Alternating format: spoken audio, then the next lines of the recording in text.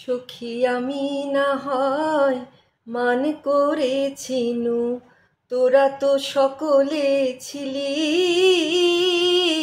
ফিরে গেল হরি তোরা পায়ে ধরি, কেন নাহি ফিরাইলি।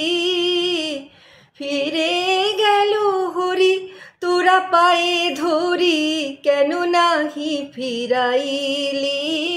সখী আমি না হয় মান করেছিনু, আমি না হয় মান করেছিনু, তোরা তো সকলে ছিলি। দোল নিয়ে বলতে গেলে, দোল যাত্রা নিয়ে কিছু বলতে গেলেই সেই রাধা কৃষ্ণের অনুষঙ্গ এসে পড়ে। আর আমাদের আজকের বলবো কলকাতা, পুরনো কলকাতা এবং ঠাকুরবাড়ির দোলযাত্রা নিয়ে। তা সেই কোনো বর্ধিষ্ণু পরিবারের দোলযাত্রা নিয়ে উল্লেখ করতে গেলে আমরা এখনও বলি ওদের বাড়ি দোল দুর্গোৎসব হয়। মানে দোলযাত্রা দুর্গোৎসবের মতোই একটা বড় উৎসব ছিল সে যুগে। এর সমর্থন পাওয়া যায় ইস্ট ইন্ডিয়া কোম্পানির 1787 খ্রিস্টাব্দের সরকারি ছুটির তালিকা দেখে। সরকারি আপিসে সে যুগে দুর্গোৎসবে 8 দিন এবং দোলযাত্রায় 5 দিন বন্ধ থাকত। অতুল কৃষ্ণ সুরের কলকাতা বইটিতে পেলাম। প্রাচীন কলকাতার এক সুন্দর চোখ জুড়োনো ঐতিহ্যের মধ্যে পড়ে দোলের ভোরে নগর সংকীর্তন, প্রভাত ফেরি, খোল কত্তাল বাজিয়ে কীর্তনিয়াদের সঙ্গে পথ পরিক্রমা করে আবির খেলতে খেলতে শহরবাসীর ঘুম ভাঙানোর রীতি এখনও অনেক জায়গায় আমাদের চোখে পড়ে। বাঙালির দুর্গোৎসব, চড়ক, রাসযাত্রা, রথযাত্রার মতোই প্রাচীনকাল থেকে দোল উৎসবের খ্যাতি ছিল ভারতজোড়া। নগর কলকাতায় বনেদি বাড়িগুলোই মূলত কুলদেবতাকে কেন্দ্র করেই দোলযাত্রা খুব জাঁকজমকপূর্ণভাবে পালন হতো। দোল পূর্ণিমায় সত্যনারায়ণের সিন্নি, হরির লুট এবং এলাহি খানাপিনার আয়োজন থাকতো। আভিজাত্য এবং বনেদিয়ানার মাপকাঠি ছিল এইসব ধর্মীয় অনুষ্ঠানগুলি। গৃহদেবতাকে কেন্দ্র করেই যে সেই উৎসব। আর তবে সেই ফাঁকে বাঙালি বাবুদের সামাজিক ক্ষমতার প্রভাব, প্রতিপত্তি আর বৈভবের দেখনদারিও সে যুগে একটা চূড়ান্ত পর্যায়ে পৌঁছে গেছিল।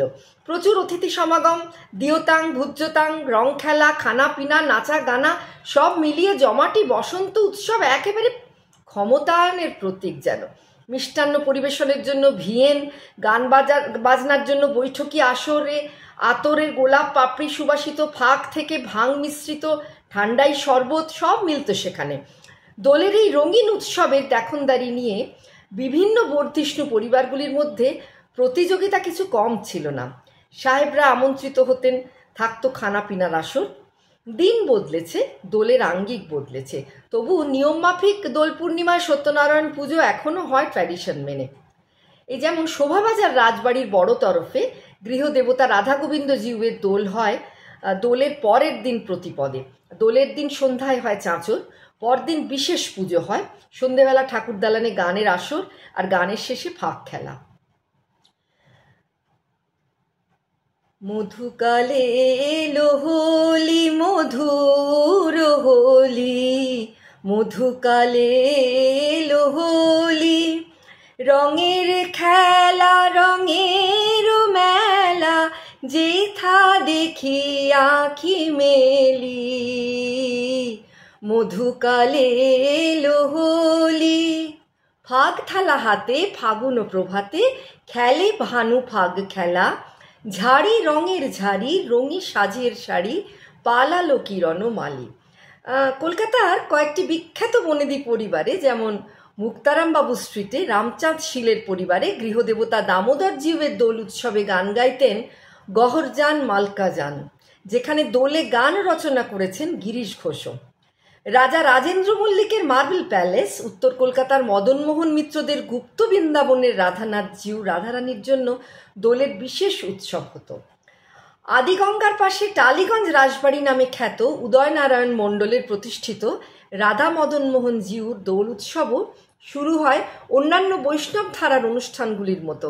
দোলের আগের সন্ধে উঠোনের এক প্রান্তে খড় দিয়ে তৈরি হয় বুড়ির ঘর জ্বালানো, তো দোলের ভোগে মন্ডা, মঠ, ফুটকড়াই, কদমা, লুচি, ব্যঞ্জন রূপোর রেকাবি থেকে আতর মেশানো সুগন্ধি ফাগ উড়িয়ে, রূপোর পিচকারির সুগন্ধি রঙিন জল ছিটিয়ে, গেলাসে রঙিন পানীয় হাতে, হোলির ঠুংরি বা দাদরার তালে ইয়ার দোস্তদের নিয়ে মাতাল হয়ে ওঠার আনন্দটা কেমন তা কলকাতার বাবুরাই জানতেন।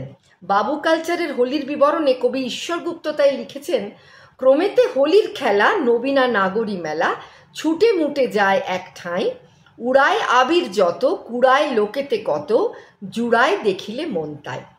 ঢালিয়া গোলাপ জল, অঙ্গ করে সুশীতল, মাঝে মাঝে হয় কোলাহল। তা কলকাতার প্রাণকেন্দ্রে দুটো প্রধান জায়গা লাল দিঘি আর লালবাজার, এই নামের পেছনেই নাকি রয়েছে দোলের মাহাত্ম্য। পুরনো কলকাতার সাবর্ণ রায়চৌধুরীদের কাছারি বাড়ি আর তাদের কুলদেবতা শ্যামরায়ের মন্দির ছিল এই লাল দিঘির গা ঘেঁষেই। সে মন্দিরে রাধাকৃষ্ণকে এত রং মাখানো হতো যে তাতেই নাকি লাল হয়ে গিয়েছিল দিঘির জল। আর দিঘির উত্তরে এবং দক্ষিণে ছিল দুটো দোল মঞ্চ, দক্ষিণ দিকে গোবিন্দজির আর উত্তর দিকে রাধিকার।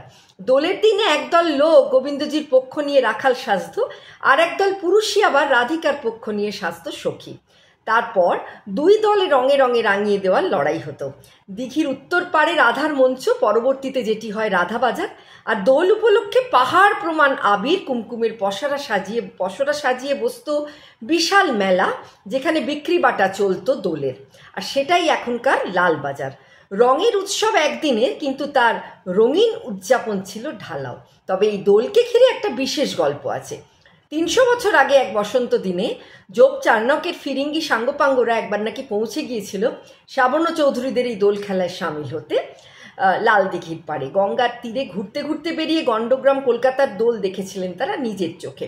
গঙ্গার তীর থেকে গ্রামের ভিতরে হাঁটতে হাঁটতে তাদের কানে এসেছিল গানের এক অদ্ভুত সুর।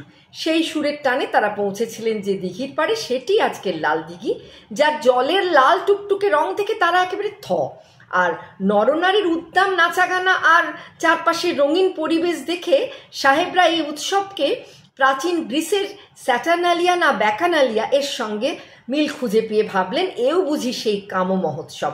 ভিড়ের মধ্যে ঢোকার চেষ্টা করতেই নেটিভরা তাদের বাধা দিলে সেদিনের মতো তারা চট থাপ্পড়ও খেয়েছিল।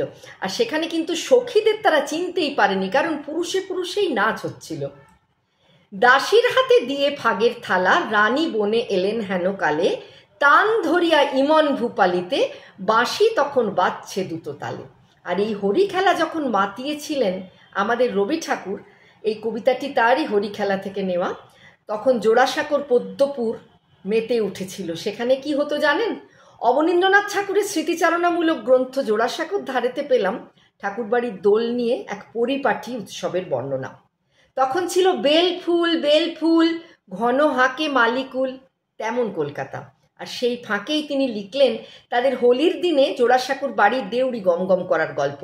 এমনকি লালে লাল হয়ে যেত বুড়ো দারোয়ান মনোহর সিংয়ের পশমের মতো দুধ সাদা দাড়ি পর্যন্ত। ওই একটি দিন তার দাড়িতে তারা হাত দিতে পারতেন ফাগ মাখাতে গিয়ে। সেদিন আর সে তেড়ে আসতো না। ঠাকুরবাড়ির একদিকে হতো সিদ্ধি গোলা, প্রকাণ্ড পাত্রে কয়েকজন সিদ্ধি ঘুরছে তো ঘুরছেই, ঢোল বাজছে গামুর গুমুর, আর চারদিকে হরি হ্যায় রবের সাথে দিদাক ফাগ উঠছে।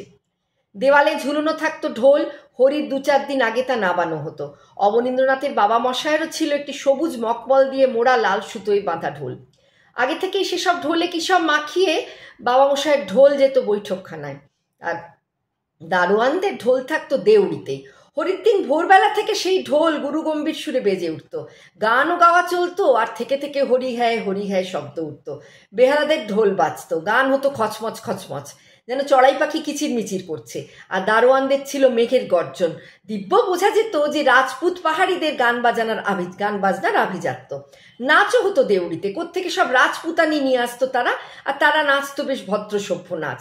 ঠাকুরবাড়ির ছেলেপুলেরাও সাক্ষী থাকতো সেসব নাচা গানার। বেহারাদের নাচ হতো, পুরুষরাই মেয়ে সেজে নাচতো, কখনো অদ্ভুত বিভৎস ভঙ্গি করে, দুহাত তুলে 2 বুড়ো আঙুল দেখিয়ে ধেই করে খচমচ করে শব্দ করে। উড়েরাও নাচতো দক্ষিণের বাগানে লাঠি খেলতে খেলতে, খুব উপভোগ করতেন ছোটরা। আর উড়েদের নাচ আরম্ভ হলে তারাও ছুটতেন চিতাবাড়ি দেখতে। সম্ভবত সেটি ছিল আমাদের ন্যাড়া পোড়ার অনুরূপ।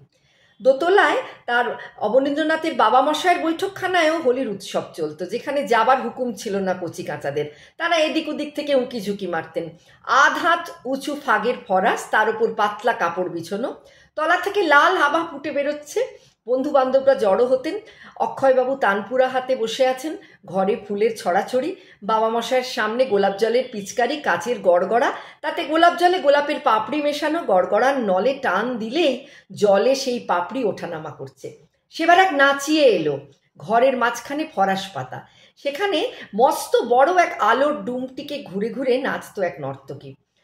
নাচের তালে তালে পায়ের আঙুল দিয়ে চাদরের নিচের ফাঁক সরিয়ে পায়ে আলপনা কেটে অদ্ভুত রঙ্গোলি নাচের নৃত্যশৈলীতে ফাঁক দিয়ে ফুটে উঠত পদ্মফুল। নিজের চোখে দেখেছিলেন অবনীন্দ্রনাথ। তবে বৈঠকখানা আর দেউড়ির উৎসব, এই দুয়ের মধ্যে বালকের ভারী পছন্দ ছিল দেউড়ির রাজপুত দারোয়ানদের উৎসবটাই। কারণ বৈঠকখানার শখের দোল, শৌখিনতার চূড়ান্ত, বড় কৃত্রিম। সেখানে লটকানে ছোপানো গোলাপি চাদর, আতর, গোলাপ, নাচ গান, আলো, ফুলের ছড়াছড়ি। কিন্তু দারোয়ানরাই যেন প্রকৃত জীবন্ত দোল উৎসব করত। আর তাদের সিদ্ধি খেয়ে তখন চোখ দুটো টুকটুকে লাল, আর তাদের মুখে রং মাখা লাল, তাদের দেখে চেনা যেত না। কোনো কৃত্রিমতা নেই সেই দোলে, ঠিক যেন সাঁওতালদের উৎসব। তারা মনের আনন্দে উৎসব করে, আনন্দে নাচে গায়ে মেতে ওঠে। এই দেউড়ি আর বৈঠকখানার দোল বাদ দিয়ে ঠাকুরবাড়ির কচি কাঁচাদের জন্য আসতো টিনের পিচকারি। অনাবিল আনন্দ তখন। টিনের পিচকারি বালতি ভরা লাল জলে ডুবিয়ে যাকে সামনে পেতেন তারা তাকে রং ছিটিয়ে দিচ্ছেন, এমন বলেছেন অবনীন্দ্রনাথ। আর ফুর্তি, চেঁচামেচি করে। বাড়ির ভেতরে তারা কি হতো সেদিন জানে না, তবে তাদের বয়সে তারা দোলের দিনে আবির নিয়ে এ বাড়ি ও বাড়ি অন্দর ঢুকে বড়দের পায়ে দিতেন, ছোটদের মাথায় মাখাতেন। বড়দের রং মাখামার হুকুম ছিল না, তাদের ওই পা পর্যন্ত পৌঁছতো রং। সমারোহের সঙ্গে দোল উৎসব হতো এই জোড়াসাঁকোর বাড়িতে। ঠাকুরবাড়ির প্রতিষ্ঠিত লক্ষ্মী জনার্দনের উদ্দেশ্যে দোলযাত্রা পালন হতো বেশ জাঁকজমকপূর্ণভাবে। মহর্ষি দেবেন্দ্রনাথ ব্রাহ্ম হয়ে গেলেও ঠাকুরবাড়ির দোলে বেশ মাতামাতি হতো। রবীন্দ্রনাথের পুত্রবধূ প্রতিমা দেবী ঠাকুরবাড়ির দোলে মেয়েদের সাজ নিয়ে বলেছেন, হালকা মসলিনের শাড়ি, ফুলের গয়না আর আতর গোলাপের গন্ধ মাখা মালার কথা। দোলের দিন সাদা মসলিন পরার রীতি ছিল, কারণ ফাগের লাল রং সাদা ফুরফুরে শাড়িতে রঙিন বুটি ছড়িয়ে দেবে। ভাগবতের একটি গল্পে বলে, কংস প্রেরিত রাক্ষসী পুতনার বিষাক্ত দুধ পান করে শিশু কৃষ্ণের গায়ের রং নাকি কালো হয়ে যায়, তাই মা যশোদা ফুলের আবির মাখিয়েছিলেন পুত্রকে, তাই হোলি। এখনও বৃন্দাবনে টেসু বা হলুদ পলাশ ফুল জলে ফুটিয়ে আবির তৈরি হয়। সেই ফুলের ফাগের মানে ফুলের নির্যাস থেকে তৈরি ফাগই এখনো বেঁচে আছে সেখানে বৃন্দাবনের হোলি খেলায়। তাহলে আজ এইটুকুই। আহা সাজো সাজো রাই তোমারে সাজাই, শ্যাম সোহাগের ভূষণে। আহা সাজো সাজো রাই তোমারে সাজাই, শ্যাম সোহাগের ভূষণে। কালা মানিকের মালা পর সখী, সাজো সাজো নীল বসনে। আহা সাজো সাজো রাই তোমারে সাজাই, শ্যাম সোহাগের ভূষণে। আহা সাজো সাজো রাই তোমারে সাজাই, শ্যাম সোহাগের ভূষণে। সবাই খুব ভালো থাকবেন। সবাইকে দোল এবং হোলির আরও একবার রঙিন শুভেচ্ছা জানিয়ে শেষ করছি আজকের মতো।